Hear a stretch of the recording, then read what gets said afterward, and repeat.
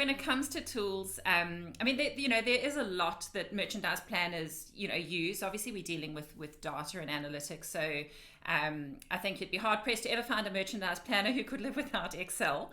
Um, but Excel, as wonderful as it is, it also has its limitations and its risks because as soon as you've got something effectively off system, and Excel doesn't count as a system in that sense, you're open to errors, and you've got a lot more manual work and a lot more opportunity, I suppose, for manipulation.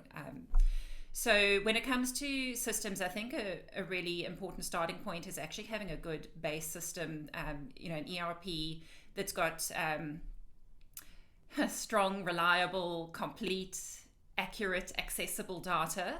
Everything you do beyond that point, whatever analytics you apply, if you're working with data that is a bit wobbly, the results are going to be compromised. So even though the ERP doesn't belong to planning, we are definitely big customers of that information, and it's critical that it captures what is needed for planning outcomes, and sometimes that's missed. Some of the information that planning actually needs isn't catered for, and there might be customizations done later on or changes done later on to get that in. Obviously, analytical tools, so some type of BI tool so that we can actually interrogate that data. There's obviously a lot more becoming available to do analysis now, which is great, provided you've got good base data to use to do that analysis with, because I do see people putting time and effort into analysis, but actually that they're number crunching data that's a bit soft.